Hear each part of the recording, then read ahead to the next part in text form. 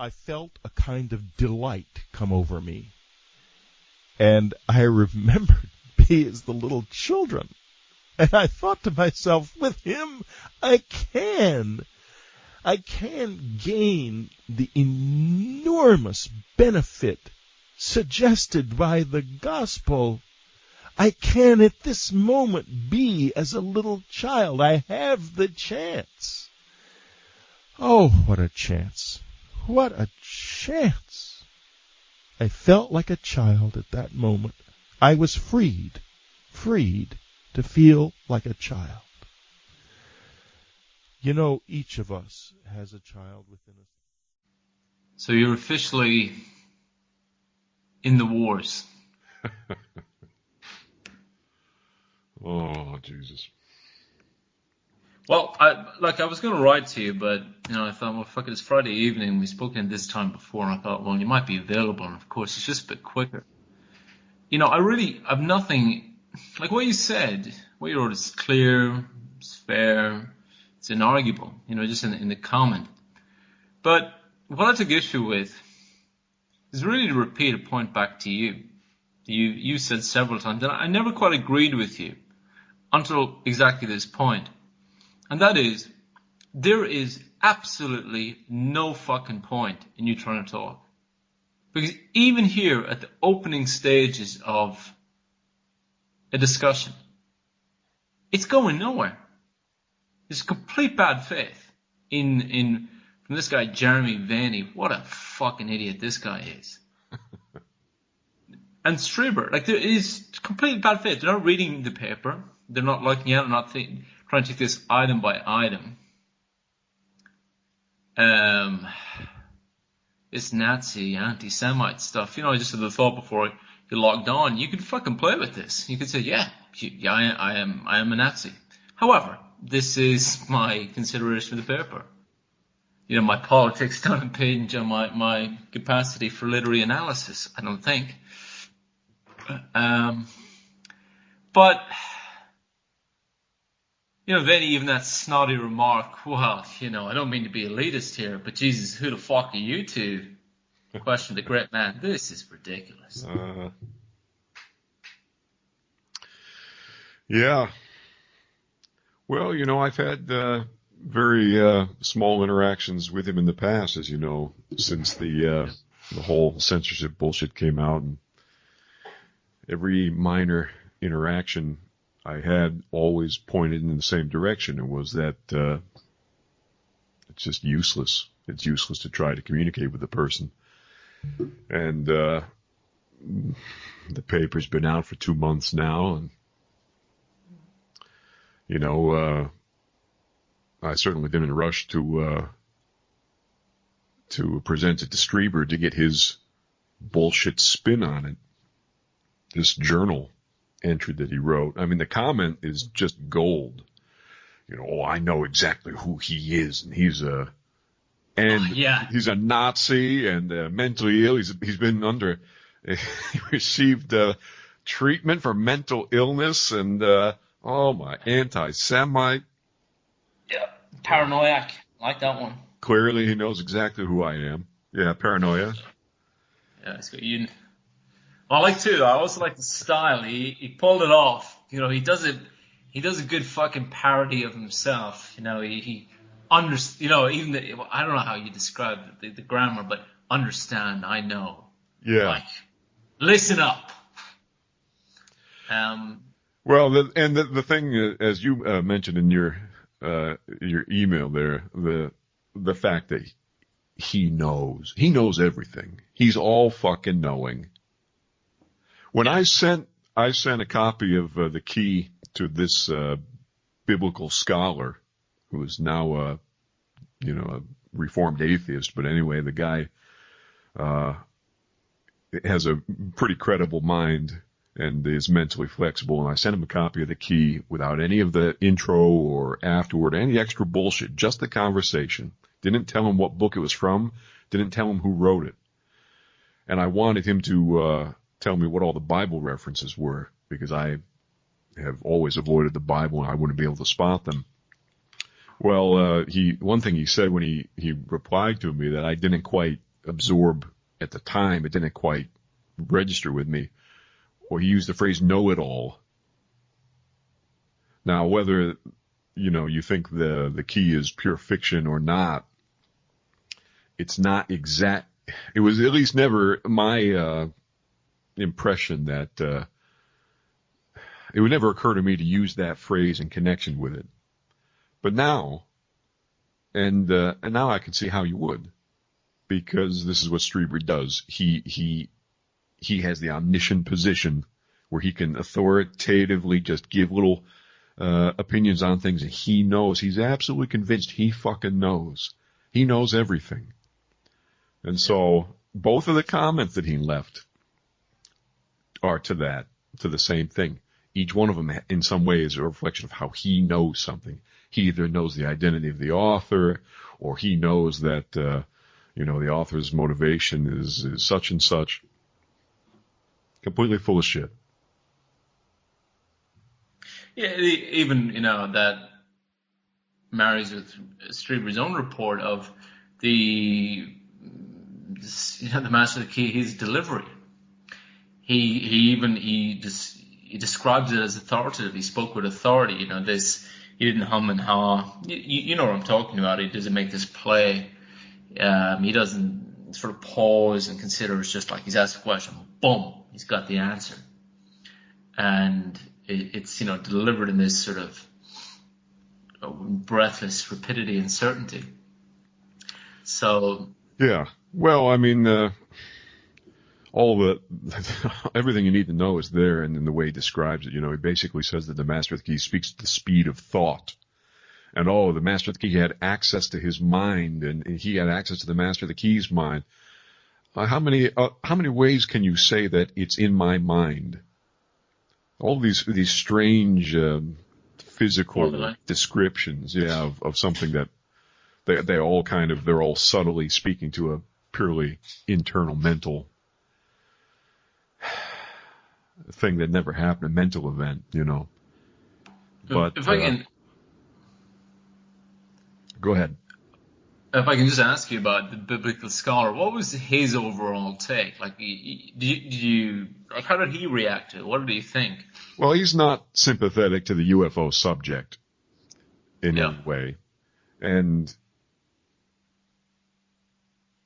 I wouldn't say that he's absolutely closed-minded to it based on his comments that I've heard in the past. But he didn't react positively to it. I think he had kind of an instinctive aversion to it.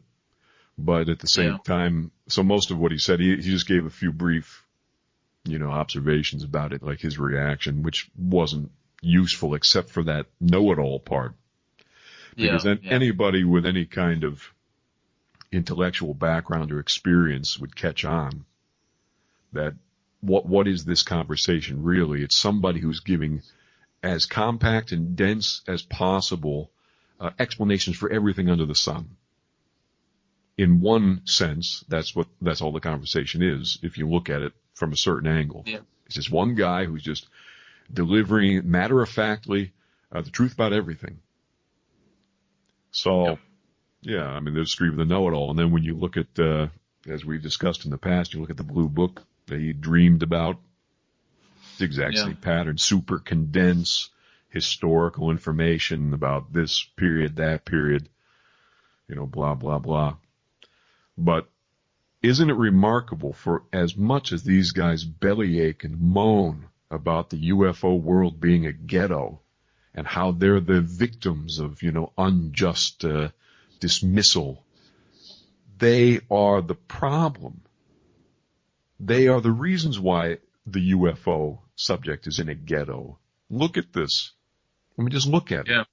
Yeah. No, I completely take the point. And, as I said, it's a point you've made before, and I never, was never 100% on board of it. I thought there was still a point in in the back of my mind, I had the thought, oh shit, maybe we should do that podcast. But just looking at the comments, it's hopeless. It's fucking hopeless. I mean, the level of investment in Strieber as an authentic authority is such that it prevents any reasonable examination of what the facts are at hand. Fuck it. I made the same mistake myself. I think back to the whole thing with the Key, and he's in early commentary. He's like, who was this guy? Jesus fuck, blah, blah, blah. And then I get all excited and go, this is pure Gurdjieff. All right, to Strieber, and I say, call this guy in Canada, this guy in Toronto. And that should have been enough to set off, just even humanly, not in some sort of, at an academic level, but just your every run-of-the-mill, your day-to-day bullshit detectors should have served anyone with the brain switched on, and mine didn't. My bullshit detectors didn't scream. When I gave him the most obvious answer to the solution he had framed. This guy is from a Gurdjieff group. It has to be. Look at all these comments. And then that he didn't respond, he didn't pick up on it, it doesn't come up in the journals. That should have been enough there. So I myself was invested in Strieber as an authority. So I share that blindness that these guys have. Vaeni, yeah. Go ahead. If I can just say something too about Vaeni's obviously heavily invested in Strieber. So this is, what the fuck does Vaeni say? I just don't get this guy at all. Pardon me for being a list. That's the most fucking asinine comment. That's just, puerile. And he chimes in with this sort of, mock, this sort of critical tone that it more than ghettoizes what you're saying. It so condemns what this paper contains that it denies the need for anyone to engage with it. It's so unworthy of consideration. You don't even have to read the friggin' thing. Well, that's why the phrase that came to my mind in the past couple of days reading this bullshit, the phrase that kept coming to mind was soft religion. What they have here is a soft religion. People have tried to call it a cult and so on. No, it's not a cult. Strieber doesn't make heavy demands on his followers. But it's a soft religion in as much as you've got this person at the heart of it who, whatever modesty he affects, he's absolutely in love with himself. He's convinced of his own brilliance. And this is part of the reason why he has used his own actual anomalous experiences as a springboard to kind of invent himself as a quasi-religious figure. It's Whitley Strieber who gets these important messages. It's Whitley Strieber who is able to cross between universes and experience time slips. It's Whitley Strieber who wakes up at 3 a.m. and sees the drones. It's Whitley Strieber who hears the loud booms from the skies. It's Whitley Strieber who knew everything about 9/11 the morning it happened, and who observed the strange trades being performed on the stock market. Whitley, the guy has created himself.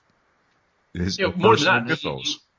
You're selling short there, because there's even a vaster claim, is that in the path, I'm quite sure, he writes, that he quotes Shakespeare, that the unknown country of the dead, there is a veil there that no one has ever penetrated. It's a bourne that's never been crossed. No one's returned until now.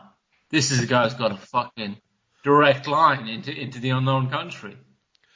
Well, just like it was said in that paper, in the conclusion, you can take all of these kind of little nuggets that are scattered throughout his literature on the Key, and they're all these profoundly self-serving things about how this is the first time the first time the message was given.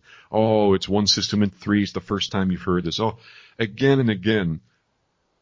You're so singular. You're so unique, Whitley. What you're hearing here is for the first time ever it's ever been disclosed to mankind.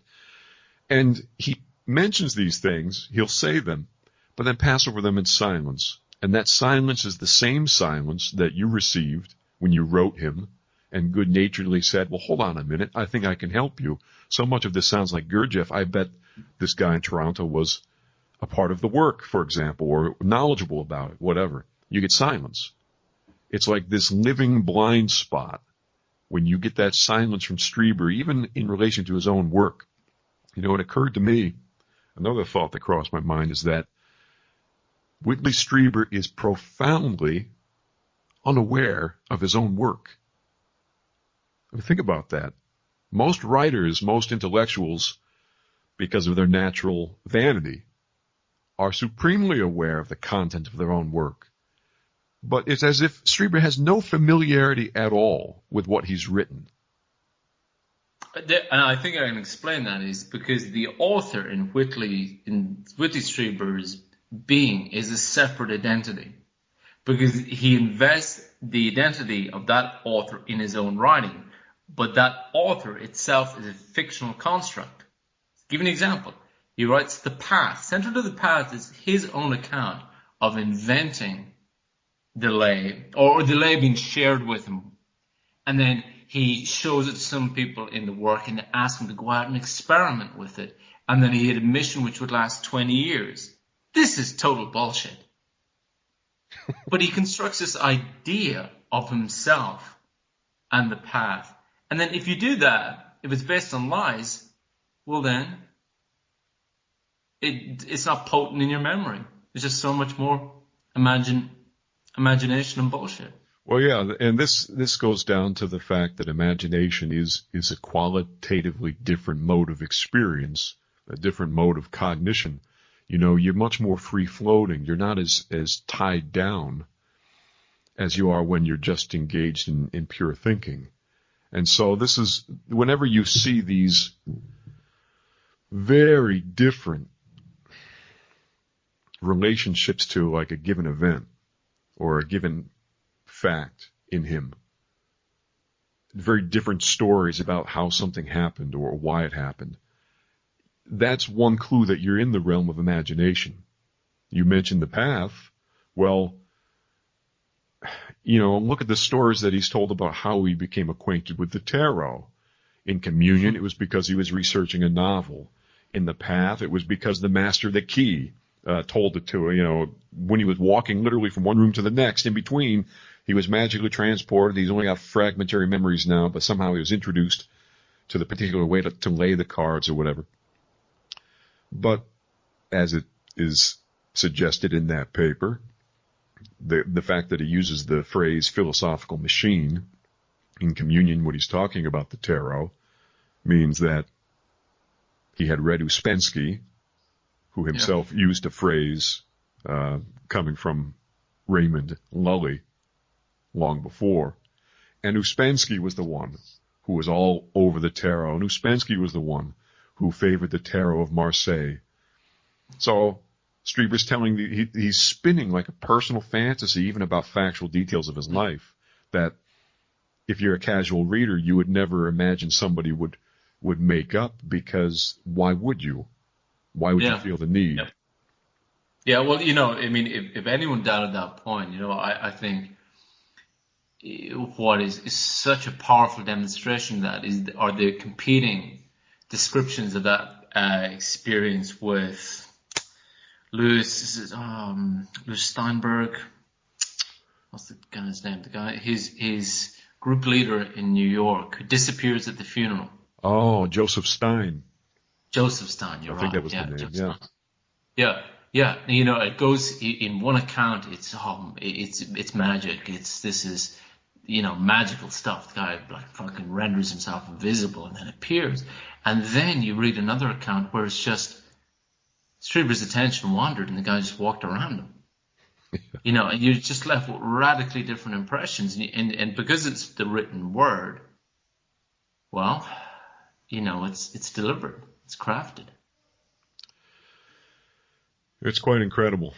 There's just no end to it. And as, you know, I tried to point out in that paper, his capacity for dissembling is practically infinite. When you look at the table that has on the left him saying that he's not a religious person, and on the right saying that he is a religious person. Yeah. I mean, who else is able to say that? I mean, who else can so effortlessly cross between absolute contradictory positions with no memory of having held them before? And the same thing with the descriptions of the events, like with the so-called true encounter. You know, literally within the space of the same few months right after it supposedly happened, He's saying, okay, well, he's saying to one interviewer, well, he made me drink a white liquid, and then I forgot everything. I don't know how he left. Says to another interview, well, the guy got up in the middle of the conversation and walked out. He can say, oh, well, the guy came in, he was only 4.5 feet tall, and I thought crossed my mind that he was a child. On the other hand, he'll say in the same breath with the same interviewer, he looked like a human to me, nothing unusual about him. I mean, what the fuck are you talking about? It's incredible. Yeah. And at this point, casual readers of Strieber can't be faulted, because when you read a book for entertainment, for example, as most people do, you're letting yourself be entertained. You're sort of like the instrument being played by the book. And especially when it comes to Strieber. Strieber is an exceptionally evocative writer. So it's really like a magician doing a sleight of hand, directing your attention over here. You're really busy with having all these feelings and experiences evoked by his writing. So your mind is turned off. You're not looking for all these very tiny details. And so anybody can be forgiven for, having read only a couple of his books and never really being clued into what's been going on with him. But what is not forgivable is when these meatheads like Jeremy Vaeni, they act as enablers, people who pretend that they have a real interest in the truth about the UFO subject, for example, or they have an intellectual integrity, and then what has appeared on this website since the link to the paper was put on it? There have been 2 responses: ad hominem attacks and arguments to authority.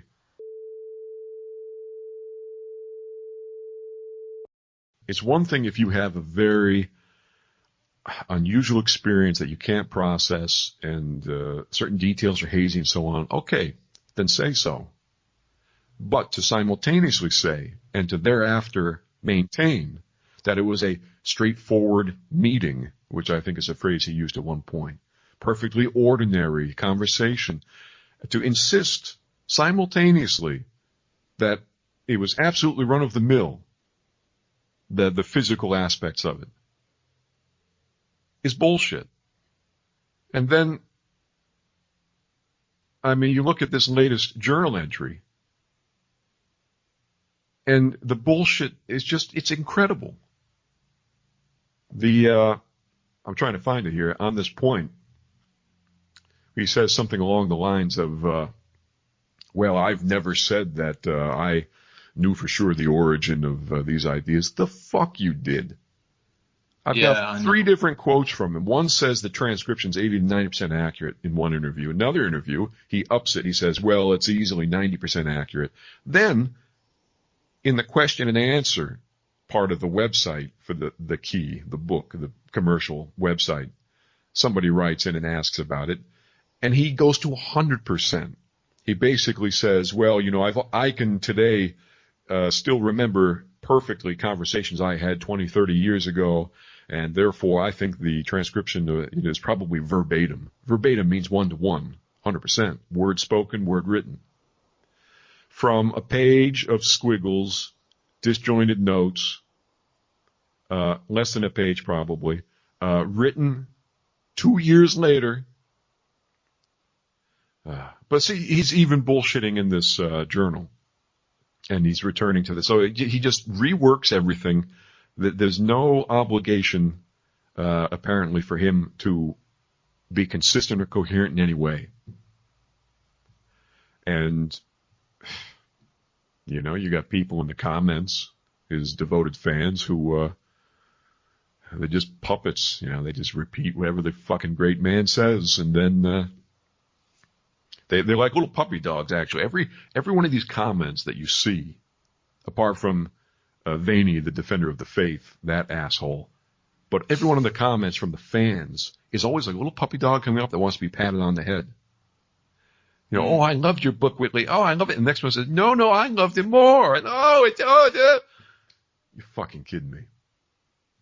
So fine, they've got no critical faculties. But when it comes to this Yahoo, Jeremy Vaeni, this is a guy who has zero integrity of any kind.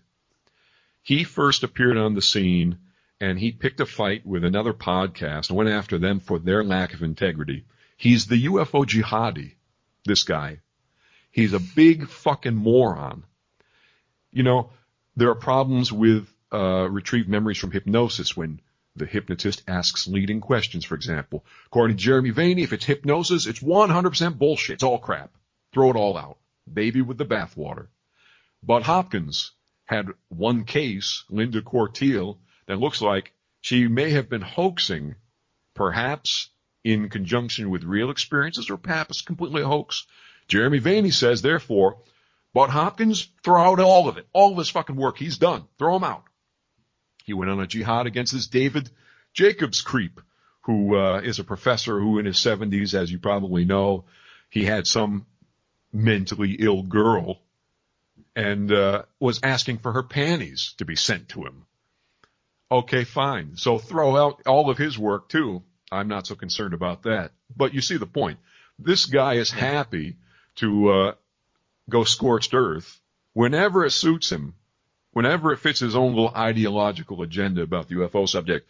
When you demonstrate that Strieber is a chronic confabulator, when you demonstrate to anyone's satisfaction that the substance of the conversation in the key basically comes from Strieber, from the smallest, subtlest things to the largest themes, it's all Strieber.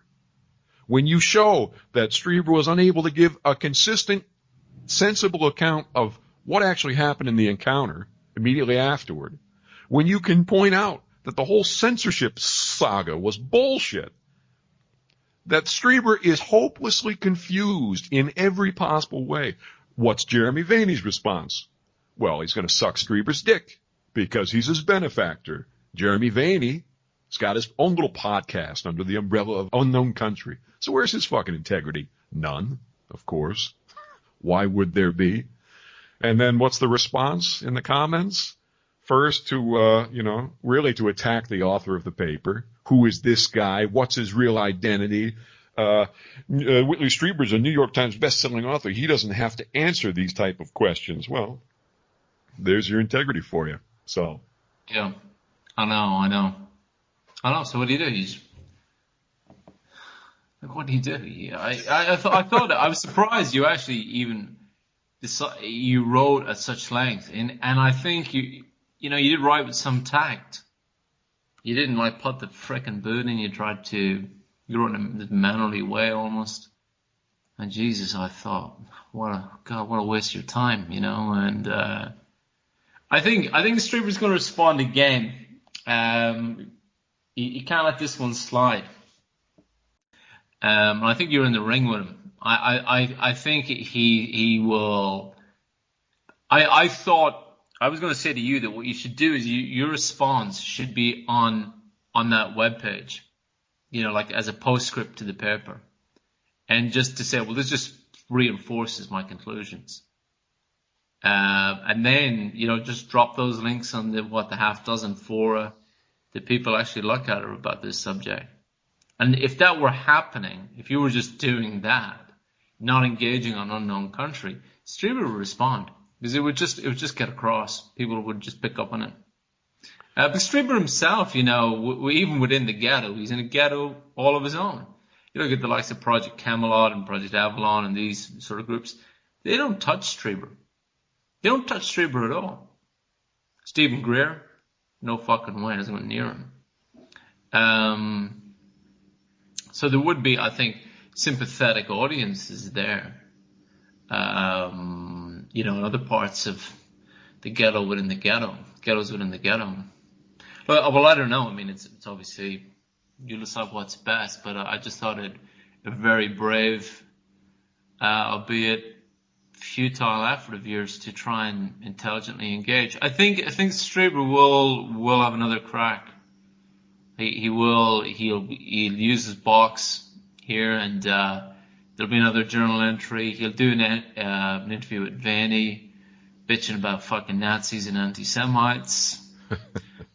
Which is kind of, I have to admit, I kind of find it personally exciting that I might be part of a cabal of Nazis. It's jazzes up my life no end. Yeah. But it's just fucking nonsense. It's appalling that an argument can't be addressed in its own terms. And the people aren't offended that that isn't done. You know, no one actually says, hang on a minute, has anyone actually fucking read this thing?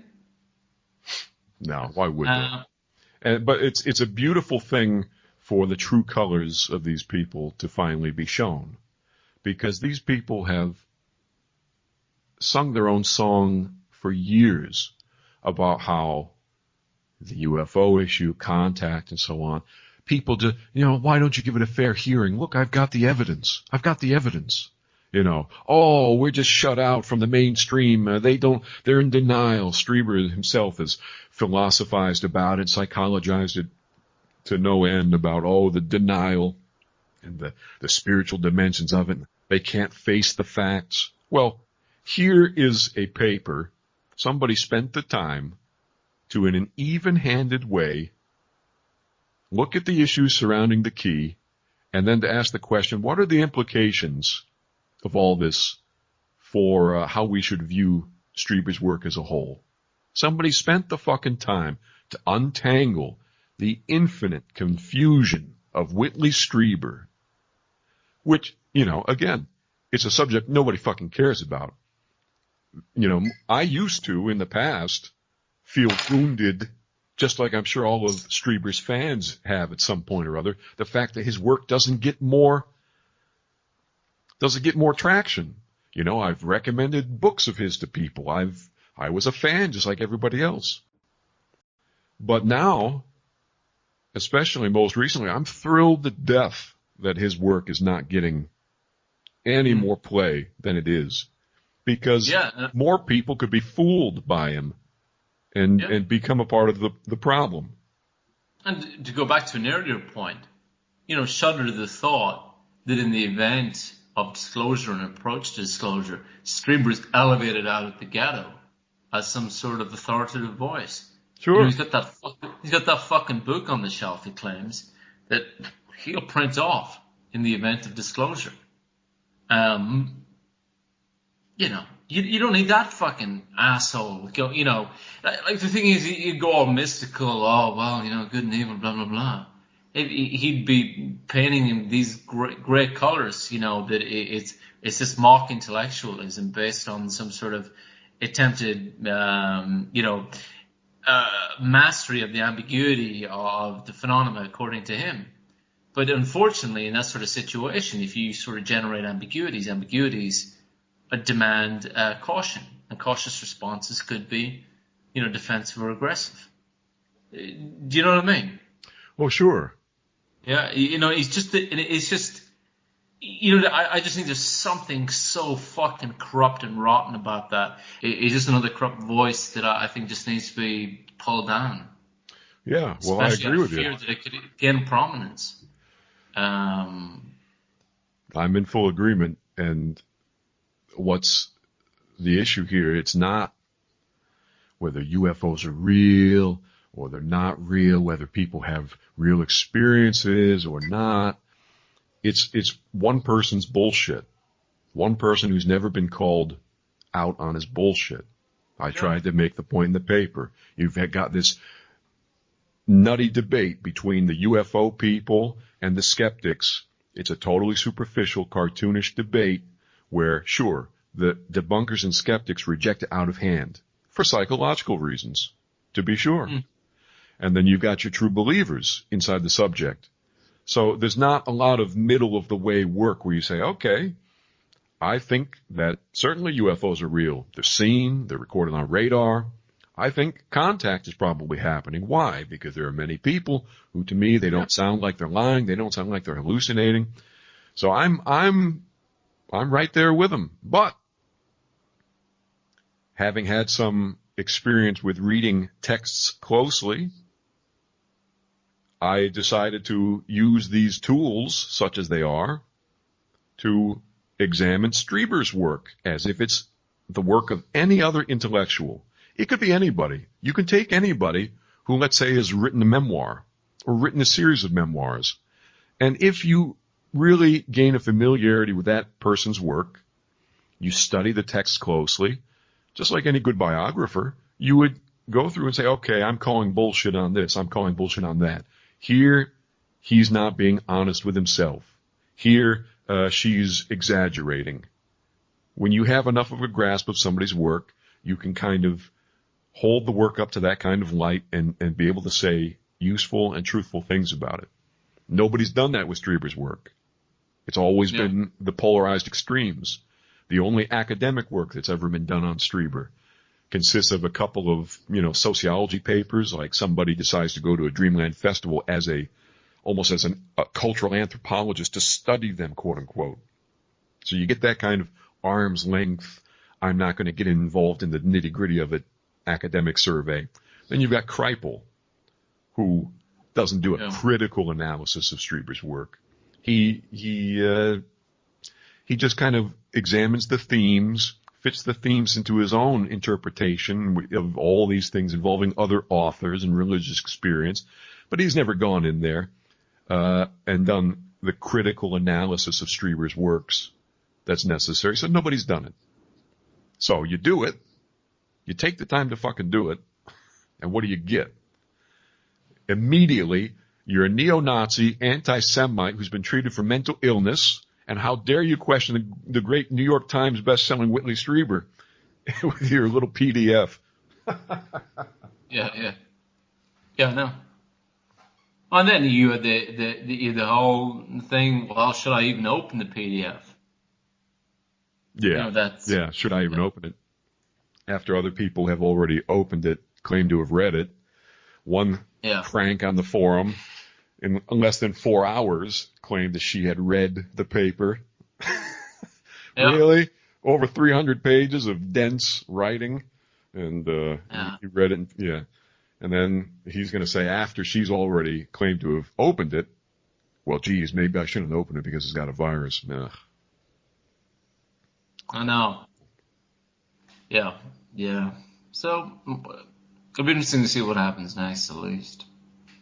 Well, I don't know. You might be being too charitable there. I don't know if it'll be interesting. Yeah. It'll be something to witness, but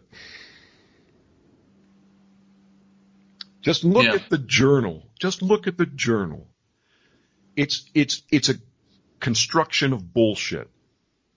He refuses to name the paper. Instead, he speaks of attacks against the key, an increasing number of attacks. What attacks? Nobody cares about the key. Nobody's written anything about it. Nobody said anything about it. Not that I've seen. I've done so many Google searches for material related to it. Nobody. So he's talking about my paper. Then why not say my paper? Why not say this paper? He doesn't want people to read it, and he's kind of trying to repress the fact that it exists. Out of sight, out of mind. Well, it's worse than that. If I can just interject.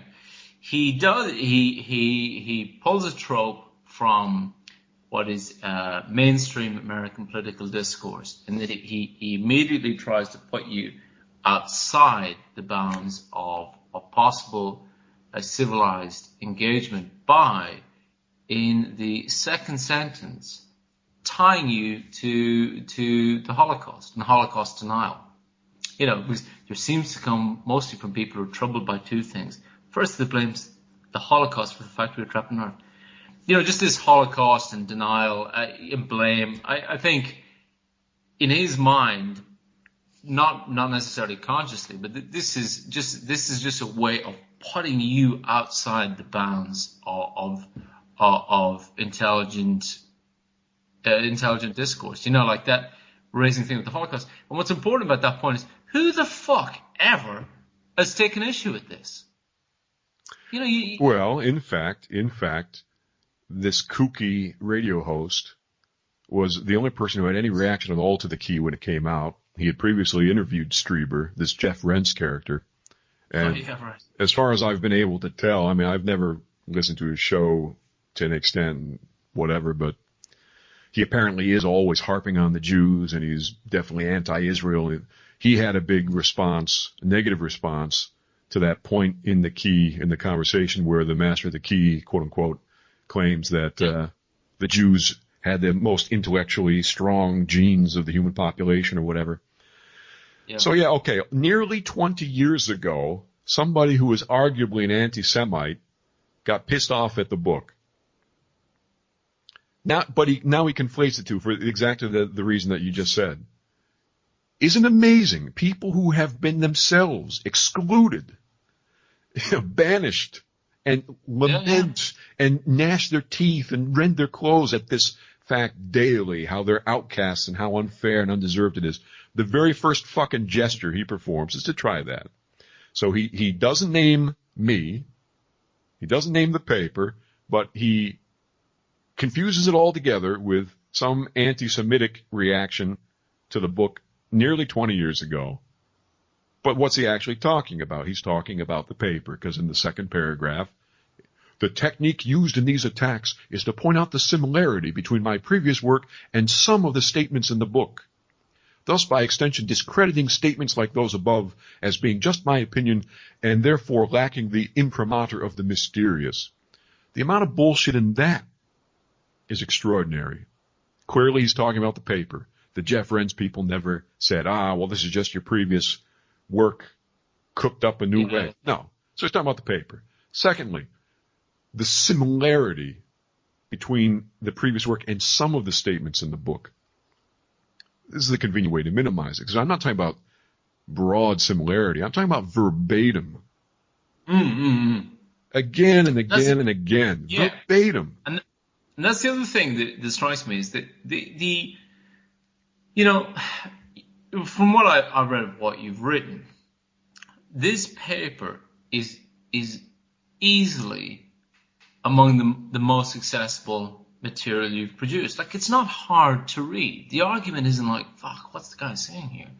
It's just the argument's strength lies not in its complexity, but in its sheer weight, and the weight comes from instance after instance after instance, and on it fucking goes. So even if you opened it and scanned it, you'd pick up some of this. You go, Jesus, this guy does have a frickin' point here.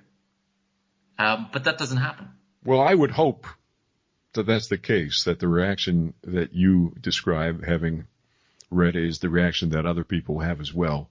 I worked, in fact, very hard to clean that language, to make it as clear and as correct as possible without exaggerations or distortions. This was written to be understood, and it was written to be basically an irrefutable demonstration, because that's what's required. But if you're nuts, or if you're willfully blind, evidently it doesn't make any difference how clearly something is written or how powerfully it's demonstrated, because then you just scream bloody murder about neo-Nazis anyway.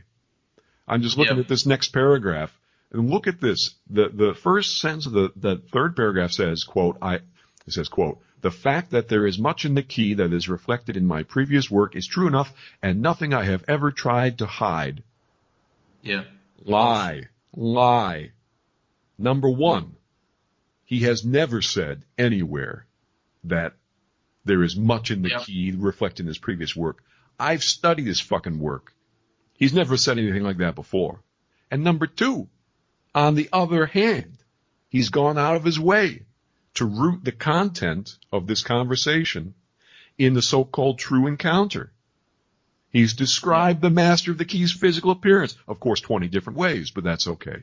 He's gushed over the way that the man carried himself, his demeanor, the joyousness, and the way that he spoke with such authority. So he describes the way the man speaks.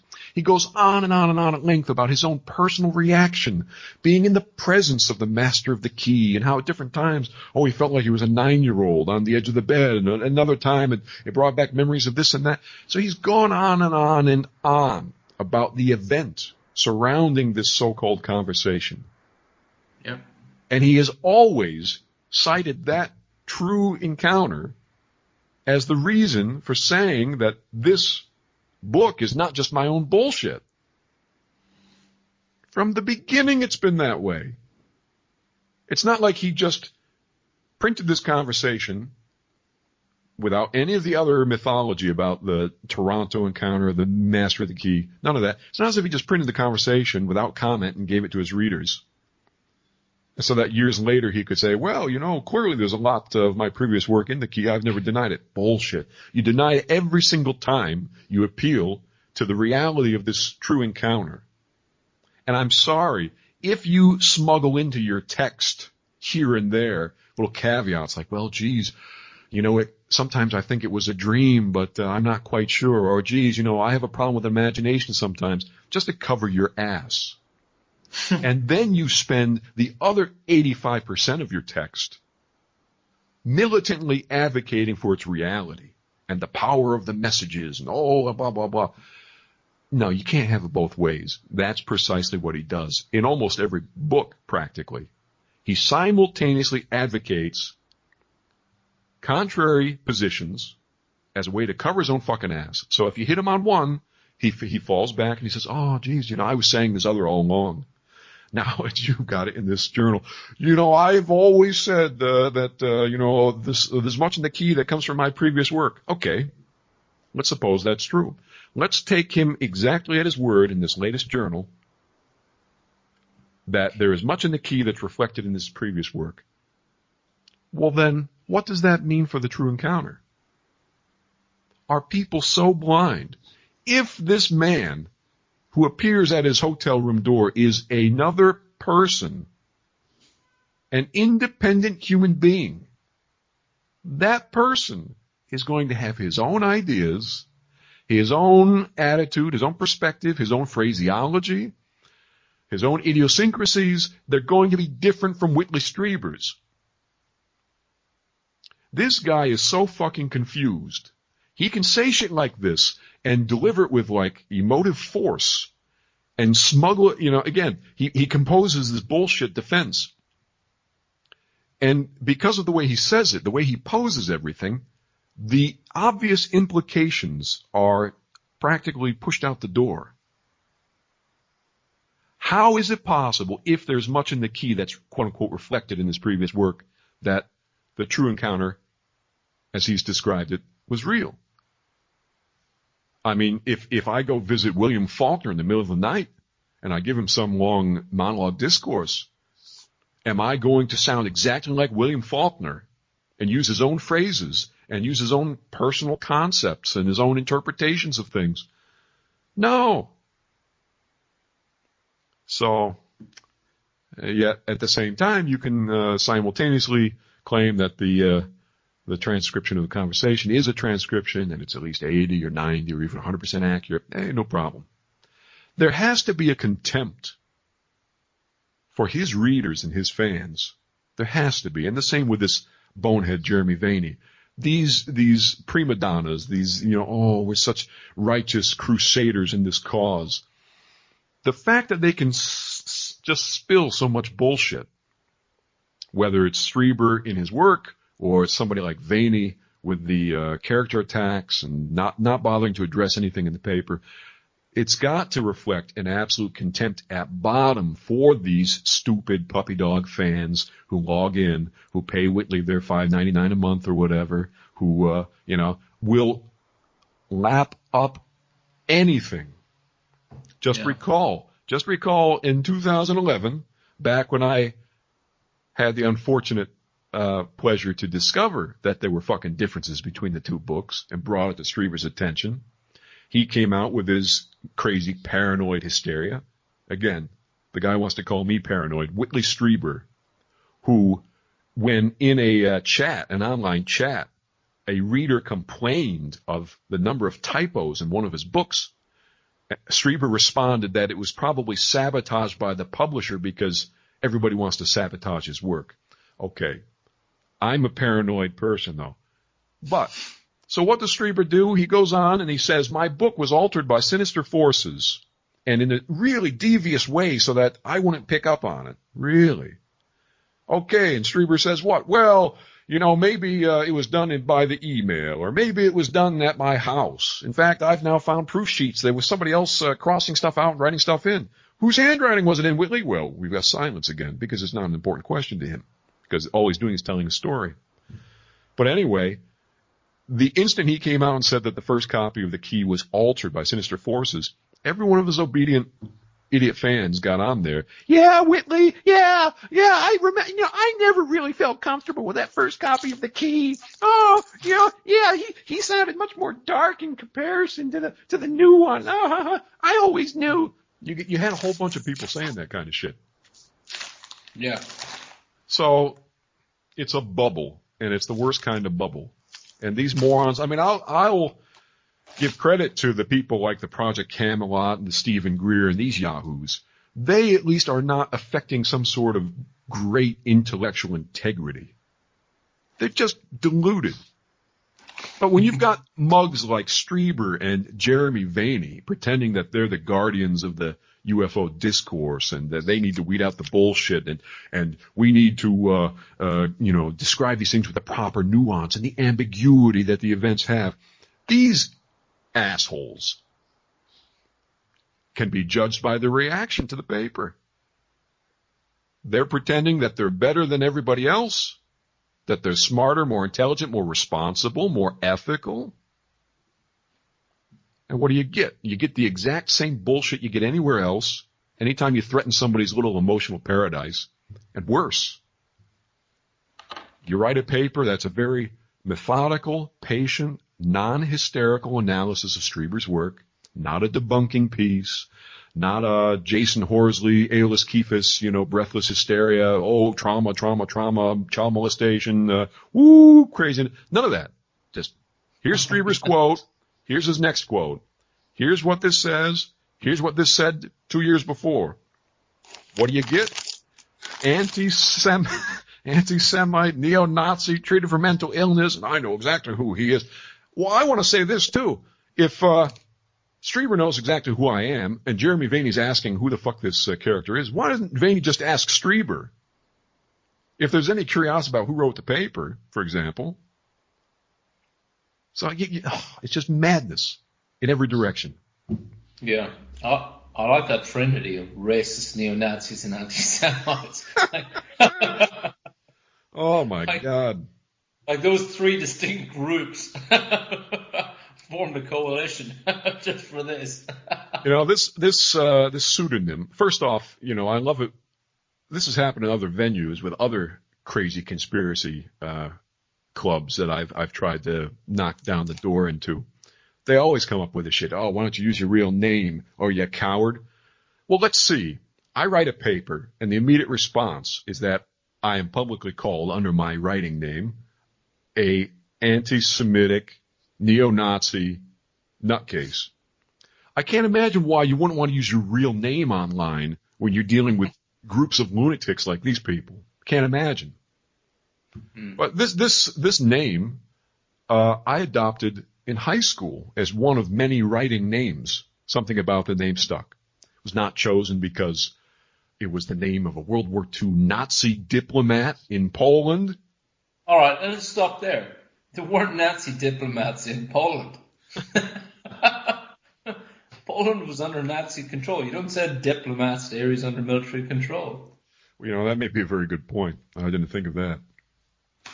You could be onto something there. Yeah, think about it. There's no diplomatic relations with an area under SS control. But and just to press the point, German Poland was split into three parts. Two were absorbed right into the Reich.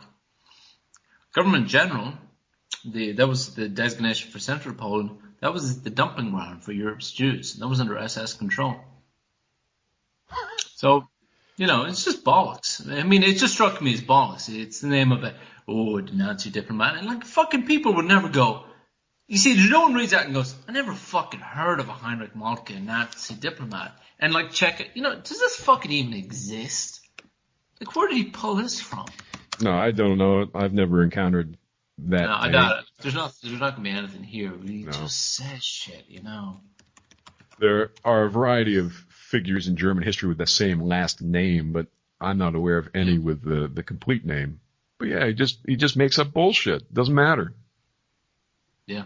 And this is the problem, and everyone's blinded to it. It's not that he never had any experiences.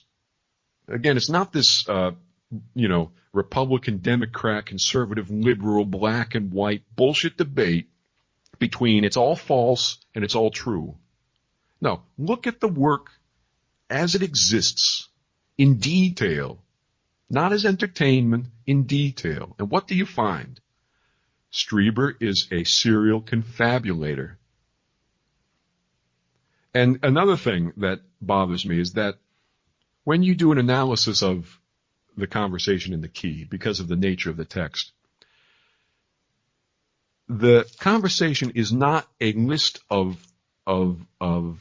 enumerated propositions. In other words, just like any human communication, you're not dealing in literal declarative sentences in every case that are either in or not in the previous work. That's absurd. Instead, what you're dealing with is this. Anytime a writer or a thinker creates a work, like this, for example, a personal statement with a lot of complex ideas and a lot of complex interrelationships between the ideas, that creation is littered with personal signatures of the mentality, of the personality of the author. In the same way that they talk about DNA being like a fingerprint, an absolute unique identifier. All these little bits of mental debris that appear in the conversation that can be traced to Strieber's earlier work, those are supremely significant. You don't have to find literal one sentence here, one sentence there, even though there's some of that. The fact is, you just find that anywhere you look in the conversation, you've got these unique, idiosyncratic observations being made by the supposed master of the key that Strieber himself has made before. But that's not even all. That's one thing. The second thing, which is harder to remember, is that Strieber never reacts. That's the thing. So maybe some nutcase fan comes to Strieber in the middle of the night and starts telling Strieber all this stuff that are basically quotations from his past books, but the fan is acting like they're his own thoughts and ideas. If you were Strieber, you would say, well, wait a second. Not only do I agree with that, and is that my idea, but I used those exact words in such and such a book last year. We get none of that in the so-called conversation. We have this fictional character, Whitley, who has never heard of Gurdjieff, has no reaction at all when doctrine of Gurdjieff comes to him through the mouth of the master of the key. We've got the Whitley character who's never heard of this amazing idea that God could be a hologram, despite being in the book, The Holographic Universe, written by a friend of his. Yeah. And then all these little tiny indicators that the language of the master of the key is coming from Strieber. Strieber himself never reacts to it, as any normal person would. In fact, you have the opposite. You have Strieber asking the master of the key questions, very open questions about particular concepts that Strieber himself has already defined. So, for example, if Strieber asks the question, what is compassion?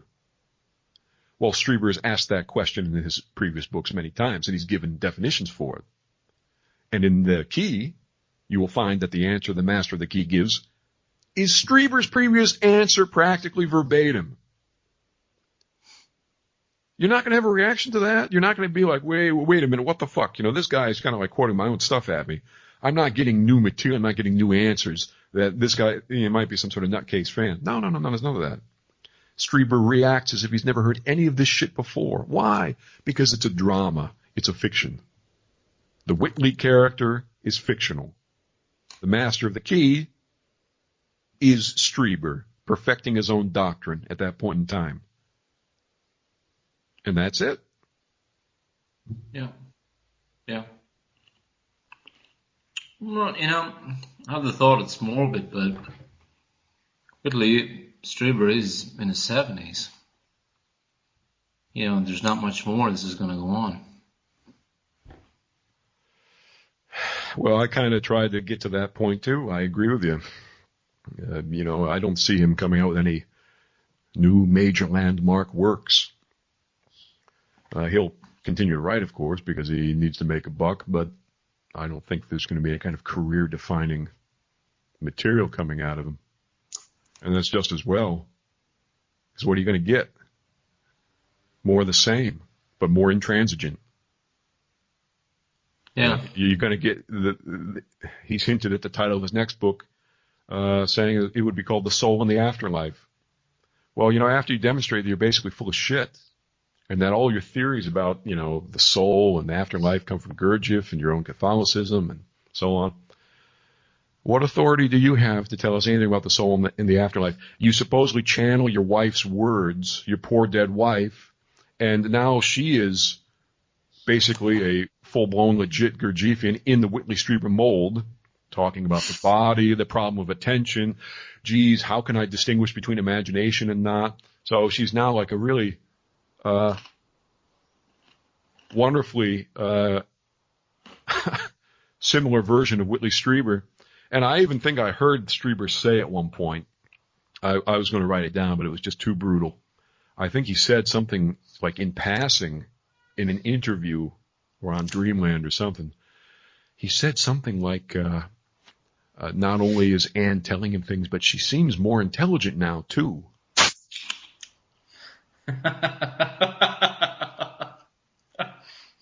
And he was really, happy and gratified. Oh, she's more intelligent now. You're fucking kidding me. All this comes down to is people, any person, any human being, under the right circumstances, will just happily swim in their own bullshit. It's got nothing to do with aliens, got nothing to do with debunking. Is if I listen to something somebody tells me over time, and they tell me all sorts of different things, if I'm able to discern a pattern behind these accounts, and then I'm able to intuitively discern the kind of psychological reasons, the motivations for doing this, then I'm not going to just believe all this shit anymore. It's bullshit. So in the same way that somebody might enter a therapy and go in there and say, oh, I'm a wonderful father, I love my kids, and then go home and beat his wife and beat his kids.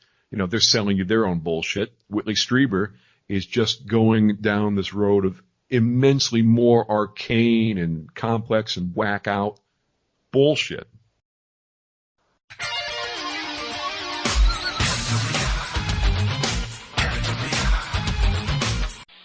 I love you.